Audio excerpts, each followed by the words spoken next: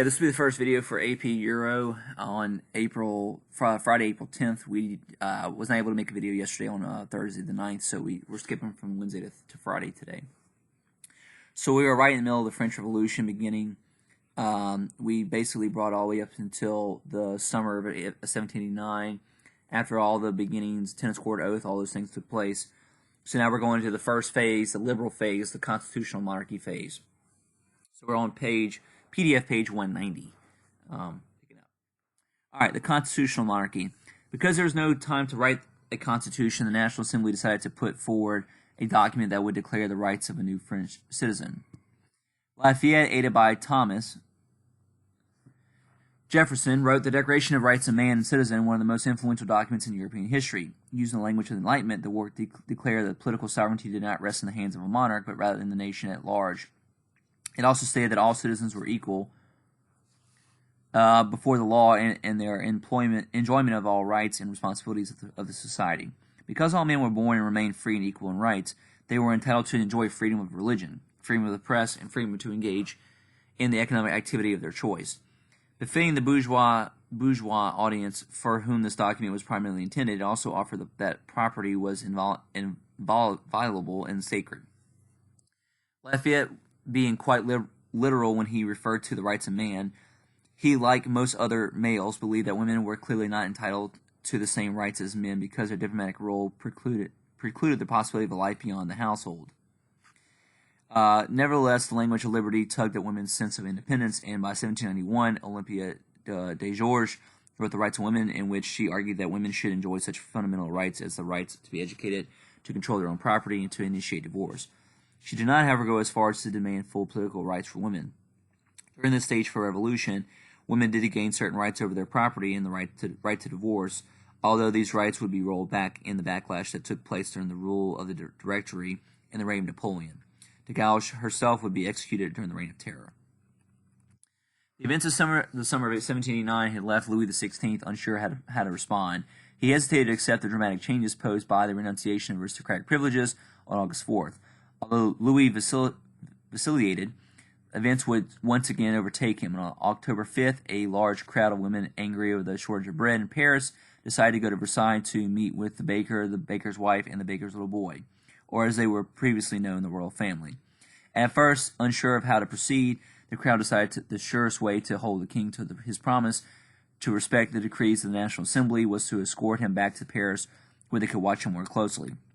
This proved to be a pivotal decision. The king was now under the control of the people of Paris, whose revolutionary zeal far outstripped that of the rest of the country. Another reason for the increasingly radical moves of the French revolutionaries was the steps taken by the National Assembly to control the Catholic Church in France. Part of the incentive for taking control of the church was the Assembly now had to address the financial crisis that was initially the monarchy's undoing was now their responsibility. To pay for the financing of the French debt, the Assembly took the very risky step of confiscating and selling the property of the church.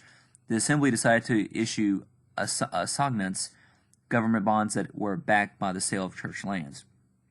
Along with the confiscation of church property, it was decided that the entire constitutional status of the Catholic Church needed to be altered. In July 1790, the king was forced, to his horror, to accept the passage of the civil constitution of the church, legislation that basically made the church a department of the state. Bishops were to be chosen by assemblies of parish priests, who themselves were to be elected by their parishioners. Clergy were now the civil servants with salaries to be paid by the state. In addition, the clergy had to swear an oath of loyalty to the French state and to uphold the civil constitution of the church. While these measures might have seemed appealing to those earlier monarchs seeking to consolidate their power at the expense of Rome, Louis would not be choosing them himself as the right prerogative, making the idea much less palpable. In response, Pope Pius VI denounced the civil constitution and Declaration of Rights of Man. This set in motion a major 19th century conflict, the dispute between church and state. In France, these attacks on the privileges of the church instigated a counter-revolutionary movement composed of people who were committed to undoing that. They were the sacrilegious treatment of the church. Counter-revolutionary reaction, royalism, and Catholicism became associated in the public mind, with the king and the National Assembly safely ensconced in Paris. Steps were taken by the National Assembly to establish a workable system of government. In 1791, a constitution for France was promulgated, creating a constitutional monarchy. The king had the right to delay legislation passed by the unicameral or single-house legislature for at most 4 years, although the monarch retained significant powers, including control over foreign policy and command of the army. Because the framers of the Constitution feared how popular influence would affect the political process, a complex system of indirect elections was set up. The men of France were split into two different categories, active and passive citizens. Only those men who paid taxes that equaled 3 days of laborers' wages were allowed to vote for electors. Electors had to meet higher property requirements to qualify to vote for members of the assembly. Women were not given any sort of franchise, and so out of a population of roughly 25 million, only 50,000 qualified as electors. The National Assembly brought about other significant changes. The old French system of provinces was abandoned and replaced by 83 departments, which, making use of the rational spirit of the Enlightenment, were each roughly equal in size and still in use today. The study and development for the cause of religious liberty, Jews and Protestants were granted full political rights. Slavery, although still practiced in the colonies, was abolished in France. This led to a slave rebellion led by Toussaint Louverture, a former slave on the Caribbean island of Hispaniola. By 1794, slavery was abolished throughout the empire, although by that time Haiti, the eastern half of the island of Hispaniola, had broken free from France and was the first independent black state in the Caribbean. A little side note on Revolution Haiti. The spirit of liberty of France extended to their colonies, including Haiti. The Haitian Revolution is the only slave uprising in history to have resulted in the formation of an independent state. All right, the end of the monarchy. Also, the beginning of the end of the liberal phase. In 1791, not only was there a growing counter-revolutionary movement within France, but on the borders of France resided thousands of nobles who had fled their country and were actively working to restore the ancient regime and their feudal privileges.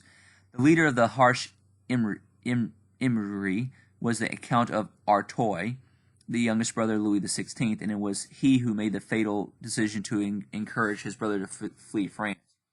On June 20th, 1791, the royal family reached the French town of Rennes on the border of the Netherlands, where the king was recognized and escorted back to Paris. Because the leaders of the National Assembly were still interested in maintaining the constitutional monarchy, they lied and said the king had not fled Paris, but instead had been abducted. Despite this attempt to keep Louis on the throne, the stage was set for the eventual collapse of the constitutional monarchy. Although the new legislative assembly was created out of the Constitution of 1791, staying in the existence for only 1 year, it was crucial for changing the course of the revolution. The continuous debate within the assembly was matched by the fastidious debates about which took place within the hundreds of political clubs that emerged throughout France, which are political parties for them. The most famous and popular of these clubs was the Jacobins, so named because they met in the Jacobin monastery in Paris. The Jacobins were represented in the National Assembly, although at this time the Girondins faction primarily filled the leadership role in the assembly. The Girondins, named for the Gironde department in southwestern France, where many of the faction came from, favored starting a revolutionary war to free from tyranny those people who live in absolute states, such as Austria and Prussia, two nations on which France declared war in April 1792. The declaration of war ultimately sealed the fate of the royal family and helped further radicalize the revolution. Despite Gironde's assurances that victory would be easy, the early stages of war did not go well for France, which was forced to cope with an officer corps that was depleted by aristocratic defections.